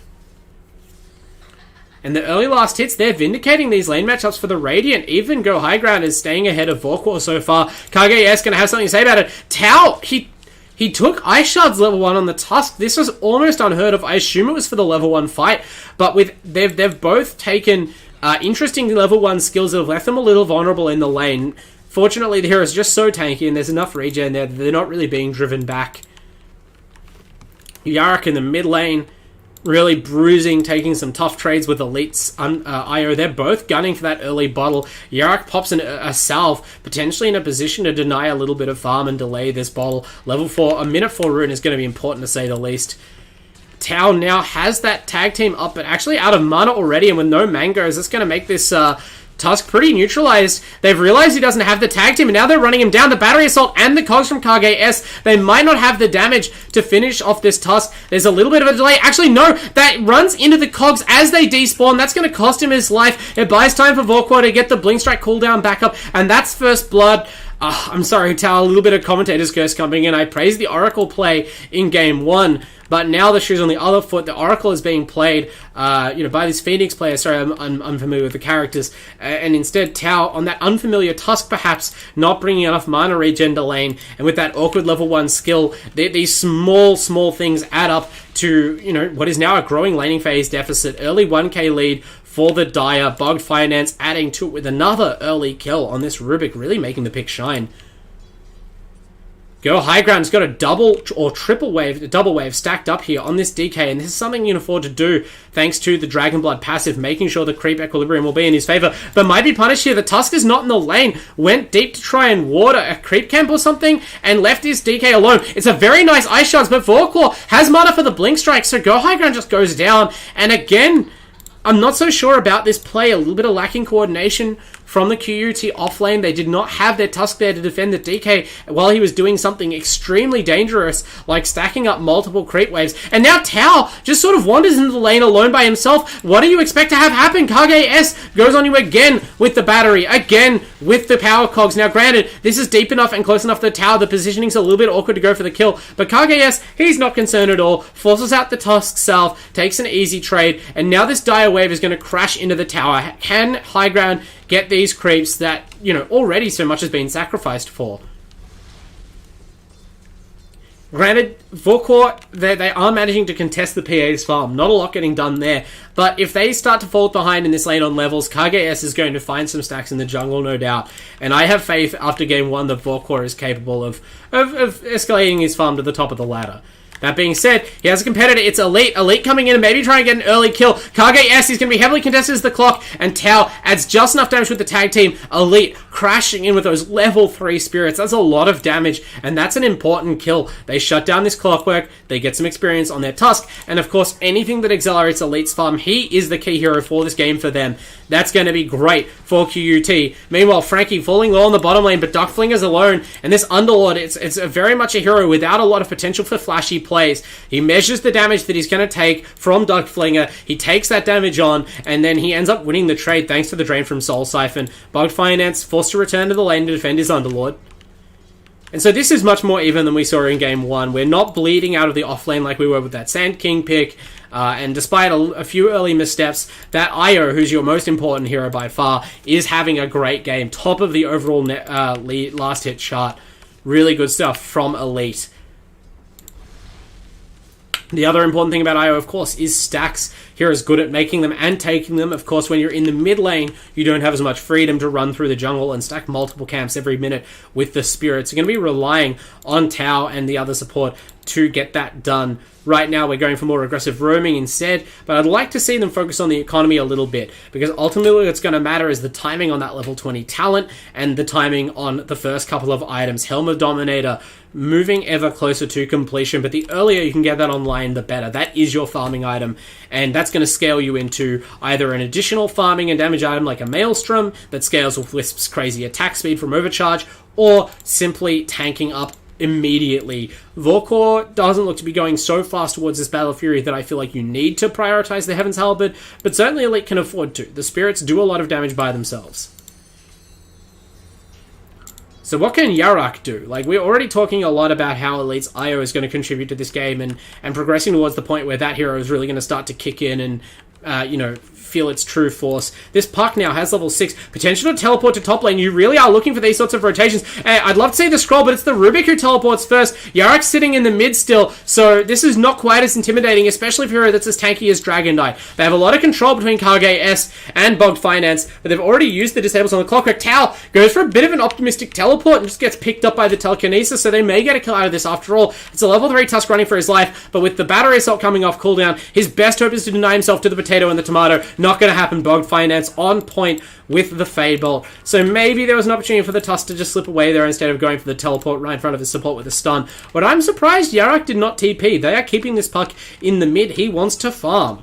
Maybe he's a little bit concerned after game 1 about his overall impact, because his Void Spirit did, I don't know about rotating too early because that lane wasn't going well, didn't end up doing too much in the fights with the itemization he had. Darkflinger, his lane's been going well so far, but with Bugged Finance out of the lane for a prolonged period of time, that's a green light for Frankie and his supporting Oracle to go for that kill. They chase him down the lane, they finish the job. Level 3 Spirit Siphon is enough, so that's Underlord dying.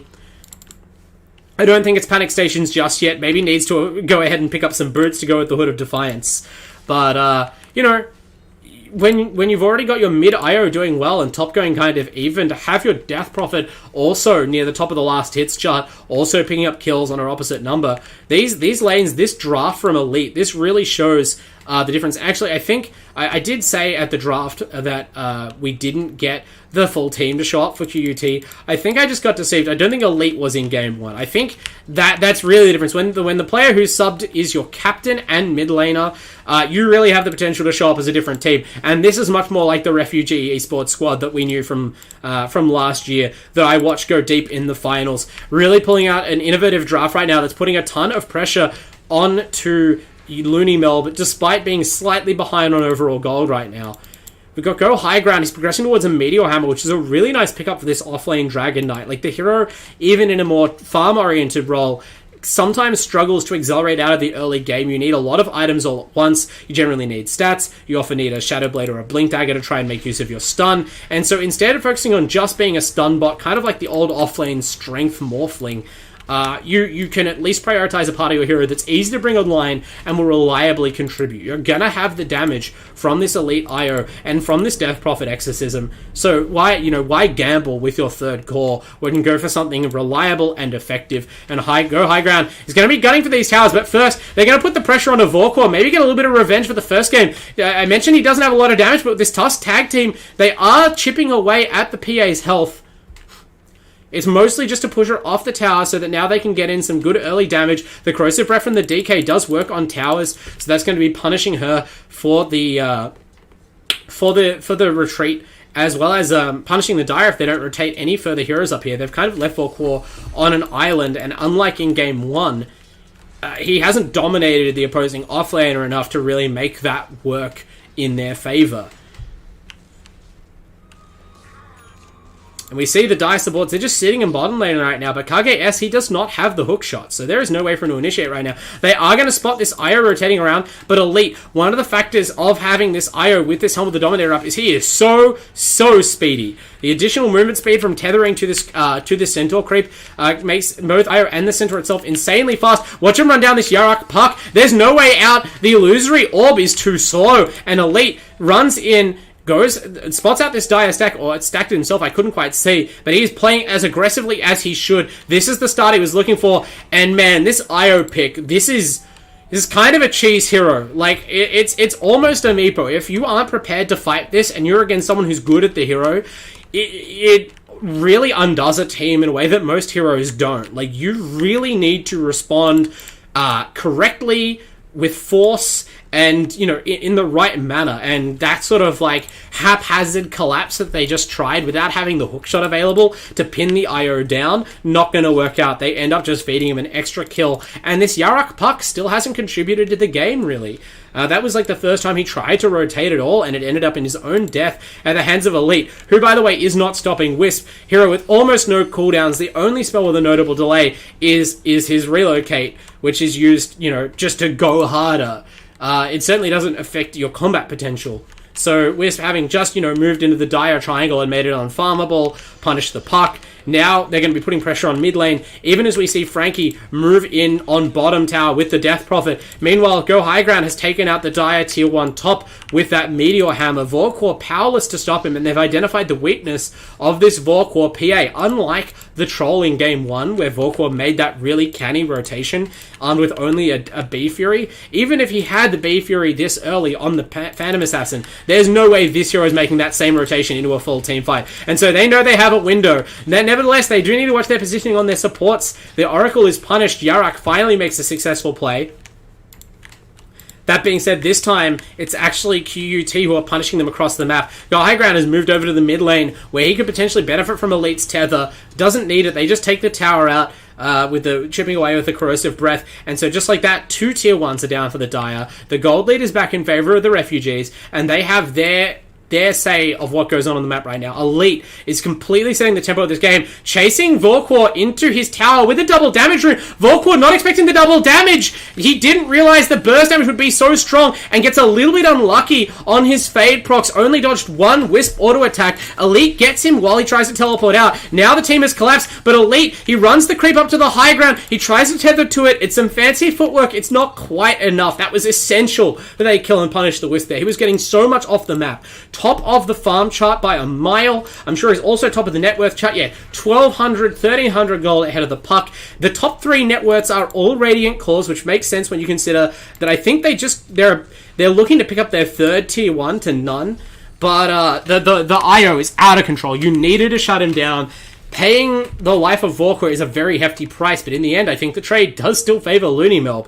And if that doesn't show you how important and how powerful this IO pickup has been, nothing will.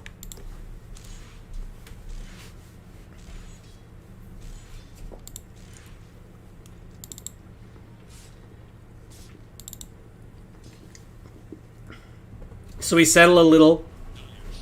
A lot of aggression post-laning phase. Now that the tier 1 towers, the easy pickoffs of objectives are mostly gone for the Radiant, they're falling back to farm, and of course the Dire are trying to farm their way back up to a more powerful timing of their own. So let's quickly check in on the items. Elite is going to go for the Aghanim Scepter, which of course is the next part of the essential IO build. He's going to have that, and then at level 20 he goes from having, these spirits right now are a potent nuke but a long cooldown.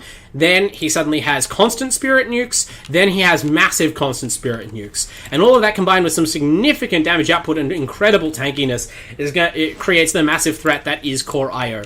Go high ground, he's going to go for a Blink Dagger. If they can pick up this tower in the tier 1 at bottom, he'll have it.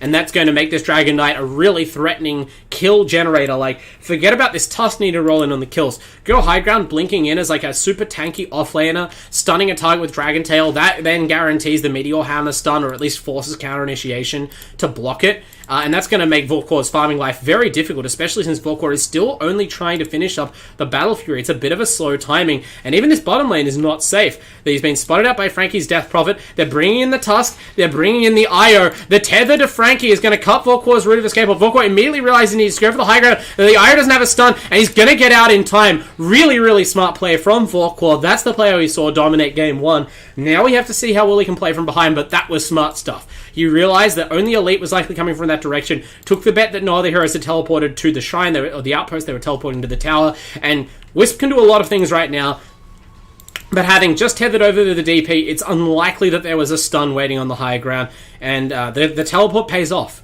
So really important that you do not die there as you attempt to finish your Battle Fury as Vorkor. But it's still, slowing down your farming again. You came to the bottom lane, you got to hit a creep camp and a half, and then you're forced to desperately teleport away. You almost didn't profit from it at all.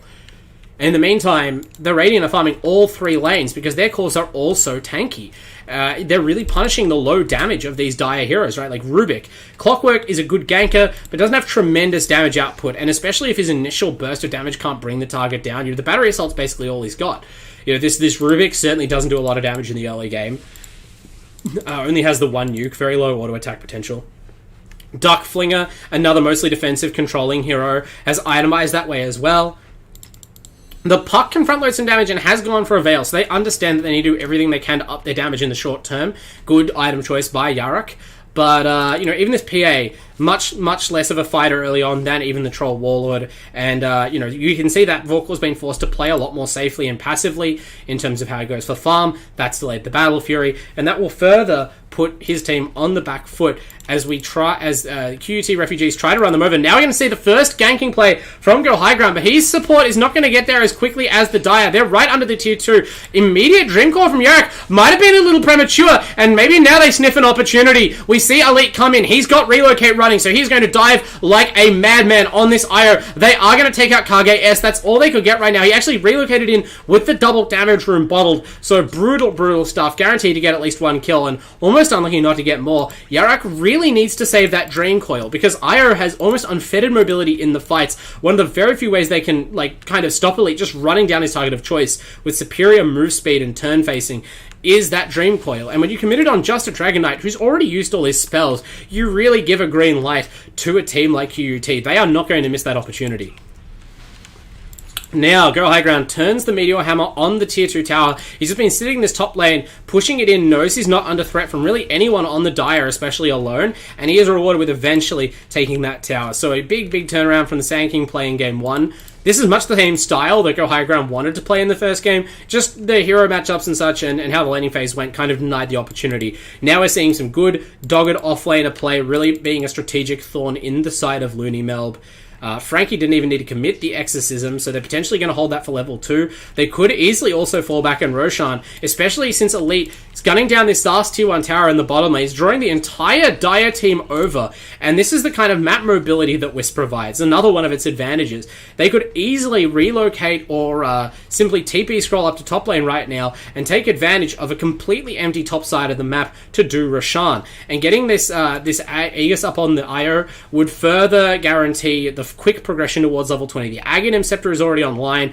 The Essence Ring is a great pickup, but I guess Elite holding onto the Nether Shield to increase those spirits damage shows how good that his game's going, that he does not feel even threatened by death. They ping the IO. They know that it's essential to kill him. He's 4 levels away. You can see through the book, the experience tome, not for the supports of this game. Elite has that queued up. It is all in on getting this IO power spike as quickly as possible because it's so game-breaking.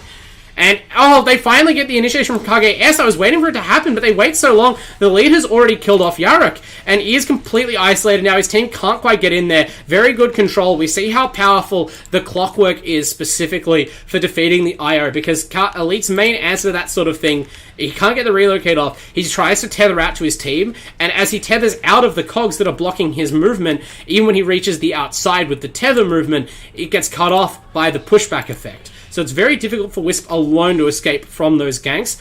But that's, I think, still only the second time. Yeah, the second time he's died. He's 4-2-2. Considering that the rest of his team is also dominating this game, I don't think that's enough. I really feel like they need to be more proactive in smoking up and finding this IO. But the team that they drafted was so... It's almost like they assumed they would automatically win the lanes the same way they did in Game 1, and they would be in this same position of, we just need this one carry farming, and as long as the rest of our team is too strong to fight into, they won't know what to do. But Elite has provided such leadership and leading from the front this game, it's been difficult for them to find kills. This time the Dire do find one. They isolate Go High Ground in their own jungle, but now they're immediately bailing out. They call the Underlord Uber. The Uberlord, he's going to get them out. It's a very long teleport. That's a level 1 Dark Rift, but there's just not quite enough damage. There's one weakness of IO Core. You do put out a lot of damage, especially when you collapse those spirits to minimum distance and jump onto a target in the late game. But until you build up your auto attack items, you do not put out as much focused front loader, like constant immediate DPS as, say, a Troll Warlord would, right? We saw how quickly Vorpal was able to isolate and kill single targets in that first game. You have to wait for the spirits to do their work, and that's enough time for the Underlord to bail out everybody from the Dire there and secure a good trade. Now they're going to secure another good trade by starting out with a kill on the Oracle. It's very important. We haven't mentioned it really in the context of team fights, but if you get False Promise off on this IO core, it's absolutely unbeatable. So they need to be focusing and isolating this Oracle as much as possible in the fights if they can't be ganking Elite. And while you could say that, you know, the Oracle can just position defensively, they do manage to catch him there. So whoever you want to credit or blame for that death, another important kill, keeping just a little bit of breathing room open for LoonyMelb. They are still ahead on the net worth charts overall as we start to see Vorpal catch up. But it is still a slow and steady process. Going to go back for the Desolator before the BKB, and I do like this. There's a ton of stuns on the Radiant team, but if you delay your damage any longer on this hero, the main damage dealer of your squad, you are going to lose your base before you're ready to fight. And they've actually managed to catch this IO again! Oh, Elite, that's his first big mistake of the game. They let him know, they give him the tip. I mean, dangerous to tip a player who has been mostly taking you behind the woodshed this game, but this time the Wisp caught without his escape button, silenced by the puck, pitted by the Underlord. His team on the other side of the map cannot save him. And yeah, looks like a little bit of a greedy move.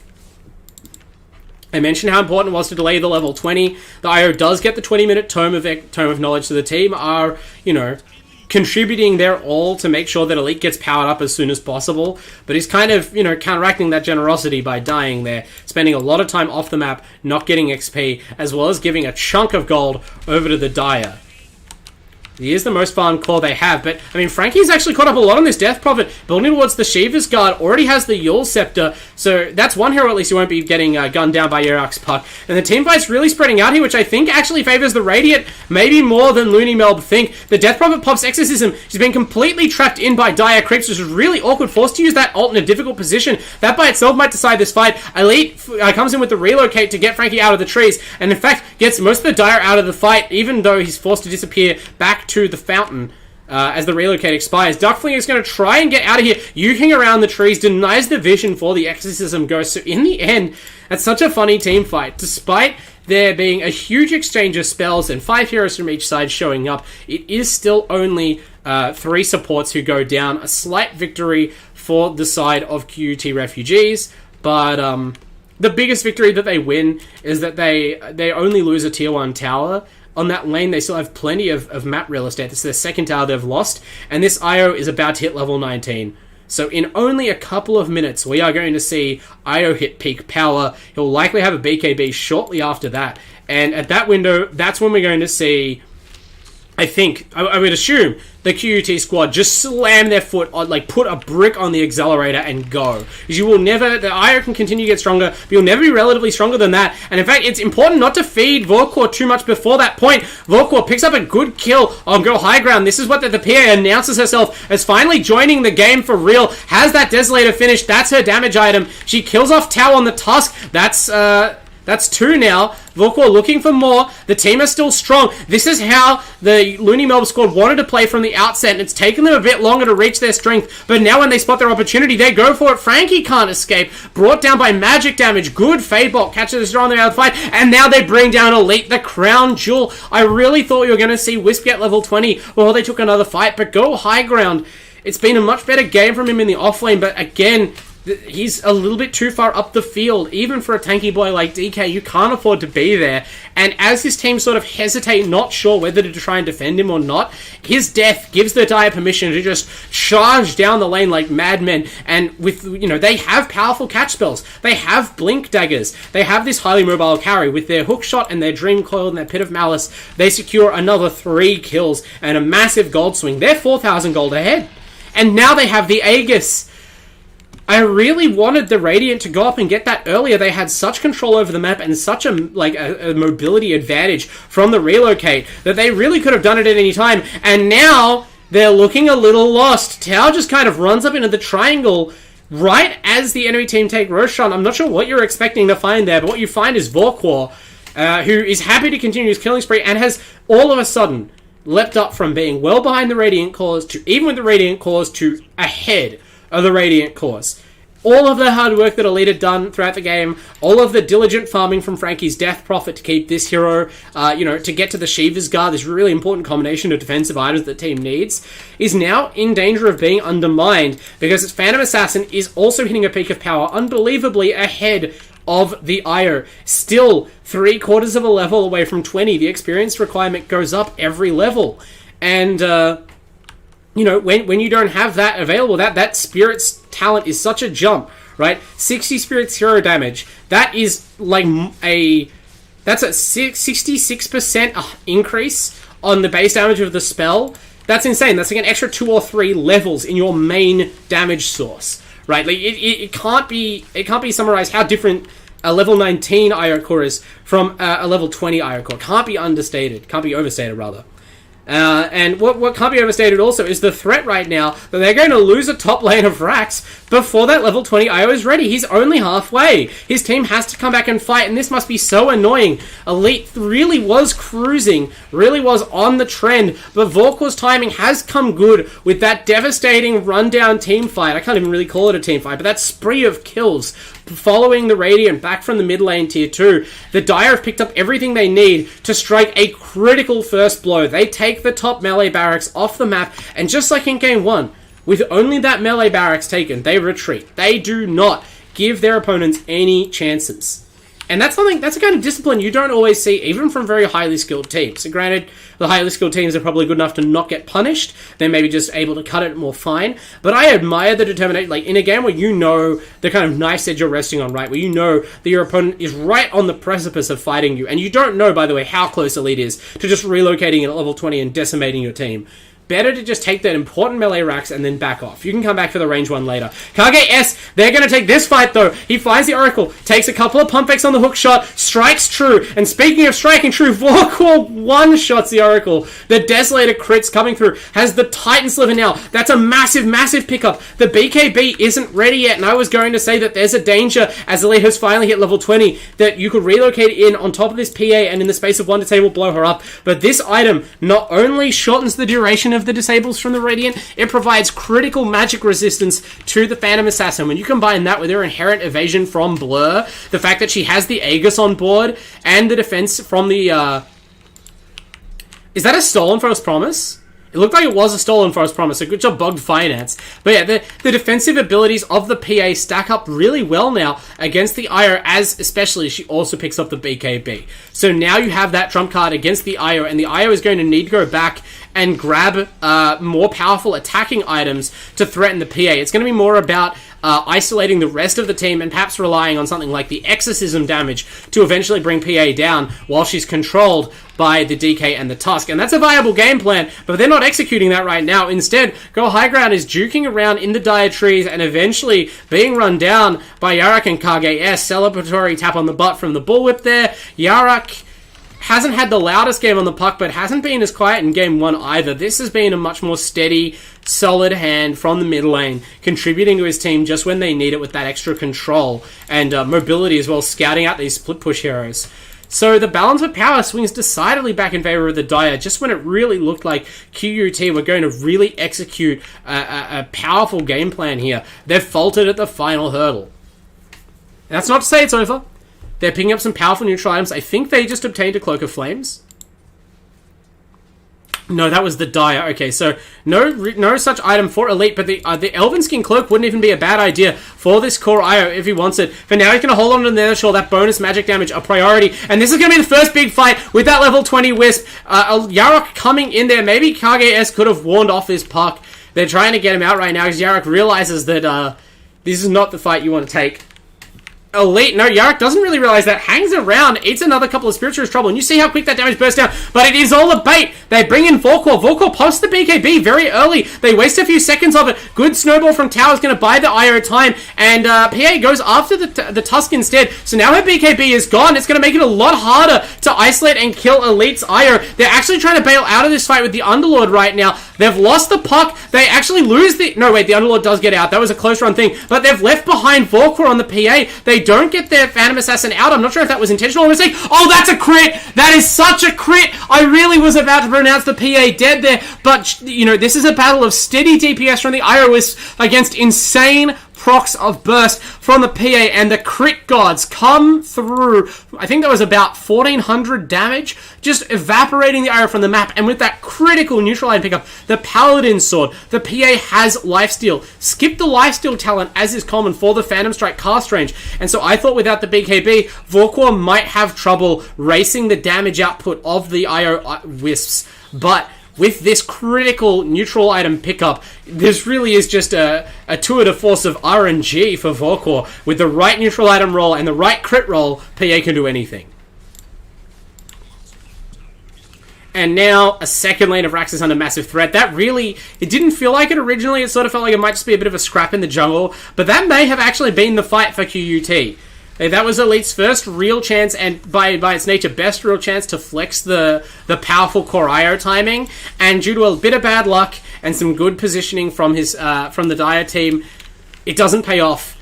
And given that they lost that, if they only lost one lane of Rax, I'd still kind of be rooting for them. But they already gave up that top lane kind of unnecessarily early on, and so now they're 2 lanes of racks in the hole, and that is pretty brutal. Io is great at pushing out creep waves, but he still needs to farm several more items to keep up with Vorkor right now. He's going back for the Kaya, which is interesting, maximizing the magic damage output, really trying to nuke these heroes down in the short term. I don't mind the idea. Maybe that's enough to turn this fight. We see it's the Death Prophet who looks to be actually picking up a halberd, but that's not ready yet, and instead they just have to try their luck against Vorkor's PA. It's not working out. There's no Divine Rapier, but you wouldn't be blamed for calling that there might have been one with how fast those 2 supports die. Tau and Oracle both in the grave. Yarak distracting them in the backlines with the puck, buying Vorkor time to slip away, because now he's kind of isolated. Oh, okay, the initial miss doesn't end up mattering. Godlike Spree, fed back to Elite's Io. This could be bad. He has picked up the Elven Tunic that is very important, provides vital physical damage stats that he can use to trade with the PA like an ordinary carry, and as well as the movement speed that you need to run down heroes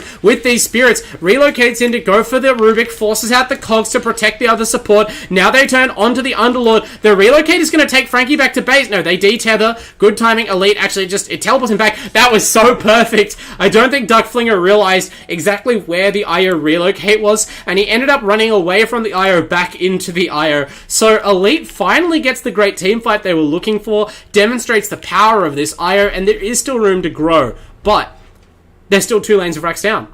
And their 3rd lane of racks is completely exposed. In fact, these creeps are going to finish off this range barracks, most likely. There's no one here to defend it. Frankie is just kind of missing these creeps in the mid tower, clearing out the bottom lane instead. So a bit of maybe there was a little bit of fatalism there, that, you know, the range barracks doesn't regenerate, it's too hard to defend, but they do just kind of lose one of their 2 surviving racks for free. So a single melee rack standing between the Dire and Mega Creeps. And this is starting to look a lot like game 1. QUT, they're ready to stabilize. This time, it's weird to think that because they were seemingly ahead for most of the game, but both games, their mid laner has been their shining light, and then a few key deaths right on the cusp of their most important timing have just opened up the window a crack for LoonyMelb to leap through with confidence and grace and put themselves way ahead in terms of like building collateral. And that's the only real scoreboard in Dota, right? It's lanes of racks. It's 2-0 right now, 2.5-0 if you'd like. And if you got 3-0, I think your win rate still, even today, is like 90%, maybe higher. This isn't the most hopeless scenario should the Radiant give up Mega Creeps, but you'd much prefer not to.